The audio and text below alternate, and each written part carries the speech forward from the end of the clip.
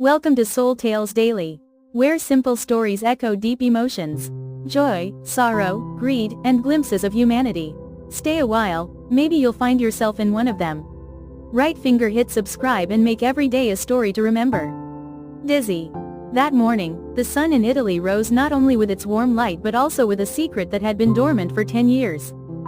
The Italian sun always holds a special kind of beauty, but on that particular morning, the light in Tuscany seemed to carry a secret. In a villa nestled on a hillside, Isabella, a talented painter, was sipping her coffee, basking in the early morning sun. Her life with her husband, Alessandro, a successful businessman, seemed perfect. But then, an old, senderless envelope, placed on her desk, shattered that false tranquility. Inside was a letter with trembling handwriting, revealing a past she never knew about the man she loved. Love is a colorful painting, but Isabella never imagined that her and Alessandro's painting had deep, hidden dark patches. Every morning, the sun rising over the green vineyards witnessed a seemingly unshakable love. They were the embodiment of a modern fairy tale, but every story has a final page that people are afraid to turn. Isabella. My love, here's your coffee. You look thoughtful this morning. Alessandro. It's nothing, my dear. Just work. Watching you paint makes all my worries disappear. A week later, a white, yellowed envelope was placed on Isabella's desk. There was no sender's address, just a name scribbled hastily, Marco. Inside was a handwritten letter with threatening words, hinting at a horrifying crime Alessandro had concealed. The letter ended with a question. Do you know who your husband really is? Isabella. Marco? Who is this name? She asks herself, trembling as she reads the next lines. Doubt, like a poisonous seed, was planted in Isabella's soul. She began to observe Alessandro, searching for signs she had previously ignored. His eyes would sometimes become vacant, his secret late-night phone calls, and his unusual anxiety whenever a stranger mentioned his past. She felt he was keeping a huge secret. Isabella. Have you ever met a Marco? Alessandro. Pausing, I don't know. Who is that, my dear? His eyes avoided hers, making Isabella even more suspicious. Isabella decided to confront Alessandro. She held the letter and placed it on the dining table in front of him. There was no more gentleness, only disappointment and rage in her eyes. The space was as silent as a ticking bomb. Alessandro looked at the letter, his face turned pale, and his excuses became weak. Isabella. Tell me, Alessandro. What is this letter? A horrifying crime, a betrayed old friend. What did you do? Alessandro. Isabella, it's not what you think. You have to trust me. The story began to unravel. Marco was not a stranger, he was Alessandro's best friend. They started a business together, but when the company became successful, Alessandro betrayed Marco, stole all his hard work, and drove him to ruin, even to prison. The letter was a warning, not just for Isabella, but also Marco's vow of revenge. Alessandro. Stuttering. I made some mistakes in the past, because of ambition. I'm sorry.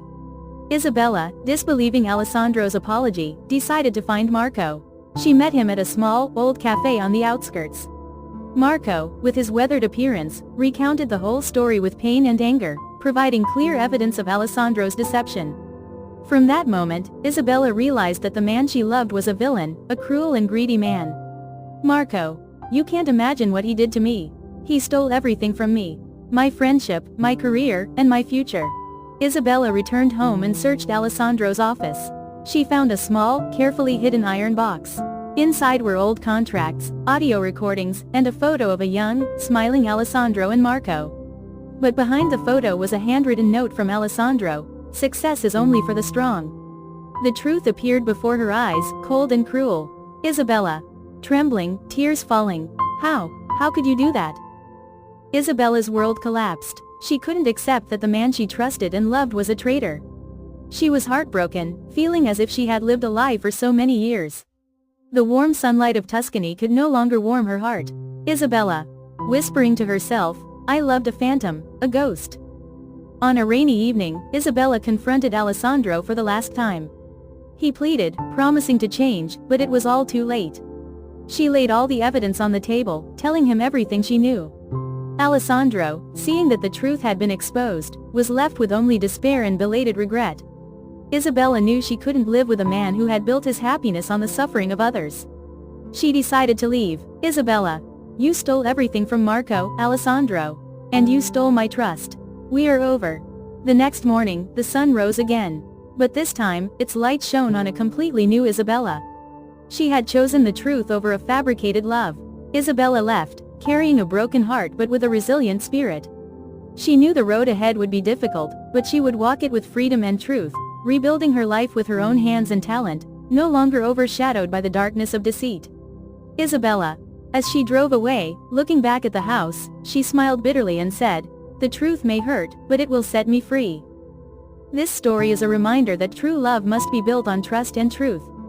Deceit and ambition can bring false success, but they will ultimately lead to ruin. The sun can only dispel the shadows if we are brave enough to expose the truth.